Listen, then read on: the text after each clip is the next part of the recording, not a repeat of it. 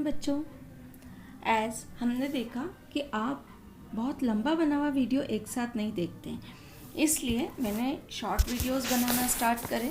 Class में 45 minute की class attend करना आपके लिए कंपल्शन होता है, पर वीडियो आप सिर्फ 2-3 मिनट से ऊपर नहीं देख रहे हैं। मैं फिर से एक इंस्ट्रक्शनल रिक्वेस्ट करूंगी आपसे, आप पूरा वीडियो देखिए, पूरी तरह से अच्छे से अध्ययन अपना घर पे जारी रखिए, क्योंकि अभी जो हम कोर्स कंप्लीट कर रहे हैं वो फिर से आपका कोर्स रेगुलर क्लासेस में बहुत मुश्किलें होना, क्योंकि शायद बेटा हमें इतना टाइम रेगुलर सेशन में नहीं मिलेगा। कोरोना महामारी के कारण सेशन बहुत लेट स्टार्ट होने की संभावना है, तो अब इस इनोवेशन को आप अपनाइए और ऑनलाइन स्टडी करना सीखिए। तो चलिए हम राम लक्ष्मण परशुराम संवाद, इस ये जो गद्यांश है इसका सेकेंड स्टांजा हम पढ़ेंगे।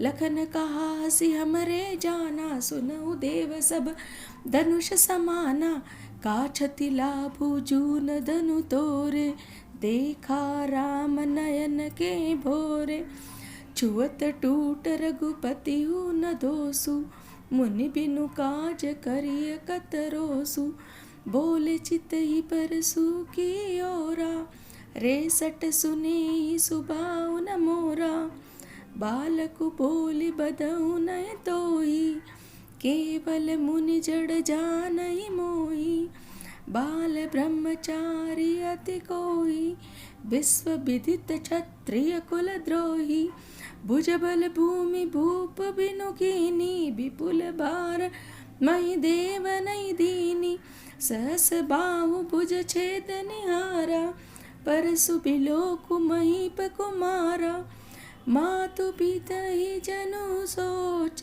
बस, करसी महिष किशोर, घर बन के अरभक दलन, परसु मोर अति घोर। जैसा कि हमने देखा कि श्री राम ने तो बड़े ही विनम्र स्वर में परशुराम जी से कहा कि इस धनुष्य को तोड़ने वाला, शिव धनुष्य को तोड़ने वाला हे मुनि, आपका कोई दास ही होगा। पर लक्ष्मण जब आगे आते हैं तो उनको बारंबार परशुराम जी के क्रोध पर भी क्रोध आ जाता है, और वो कहते हैं कि हमने बहुत सारी धनुरियाँ तोड़ी है, तब तो कोई गुस्सा नहीं हुए, और अब इस धनुष से आपका ऐसा क्या लगाव है कि आप गुस्सा हो रहे हैं। और इस बात पर परशुराम जी और क्रोधित हो जाते हैं और लक्ष्मण से कहते हैं कि क्या वो धनुरियों को और त्रिपुरारी के धनुष को एक समझता है? क्या शिव धनुष और धनुरियों के बीच लक्ष्मण के लिए कोई फर्क नहीं है? और ऐसा कहने के बाद परशुराम जी का गुस्सा जब देखते हैं लखन जी, तो हंस के कहते हैं, क्या कहते हैं कि हमारी समझ में तो सारे धनुष एक समान ही होते हैं मुनि। एक पुराने धनुष को तोड़ने से किसको क्या नुकसान हो सकता है और किसको क्या लाभ हो सकता है। मेरे भैया श्री राम ने तो इसे नए के भ्रम में देखा था और इसकी प्रत्यंचा चढ़ाने की कोशिश की थी। प्रत्यंचा चढ़ाने में ये पुराना जो धनुष है ये टूट ही गया, तो इसमें भैया श्री राम का कोई दोष नहीं है। और हे गोसाई, हे मुनिवर, आप बिना कारण ही इतना क्रोध क्यों कर रहे हैं?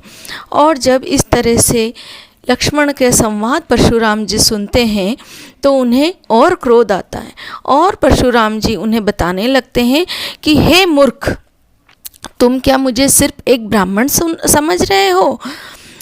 वो कहते हैं, बालकु बोली बधू नहीं तोई, केवल मुनि जड़ जानई मोही, कि मैं तो तुम्हें बालक समझ के नहीं मार रहा हूँ, बालक समझ के मैं तुझे छोड़ रहा हूँ, और तुम साधारण मुनि समझ रहा है, साधारण ब्राह्मण समझ रहा है। आगे परशुराम जी कहते हैं, बाल ब्रह्मचारी अति कोही, मैं कौन हूँ? मैं तो एक बाल ब्रह्मचारी हूँ, विश्व विदित क्षत्रिय कुल द्रोही। और इस धरती को मैंने क्या किया है? क्षत्रिय विहीन किया है। कितनी बार? 20 बार मैंने क्षत्रिय विदित किया है। भुजबल भूमि भूप बिनु कीनी, मेरे भुजबल से इस भूमि को, भूप अर्थात राजा, क्षत्रिय जो राजा हुआ करते थे, भूप बिनु कीनी, बिना राजाओं के कर दी है, क्षत्रिय विहीन कर दी है।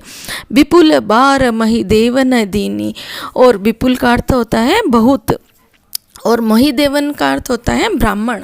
और इस तरह से बहुत बार जो है मैंने क्षत्रिय विहीन कर करके, क्षत्रियों से जीत कर इस संपूर्ण भूमि को मैंने ब्राह्मणों को दान दे दी है। सहस्त्र भुजाओं को काटने वाला इस फरसे को, परशुराम के इस परसे को आप ध्यान से देख लें।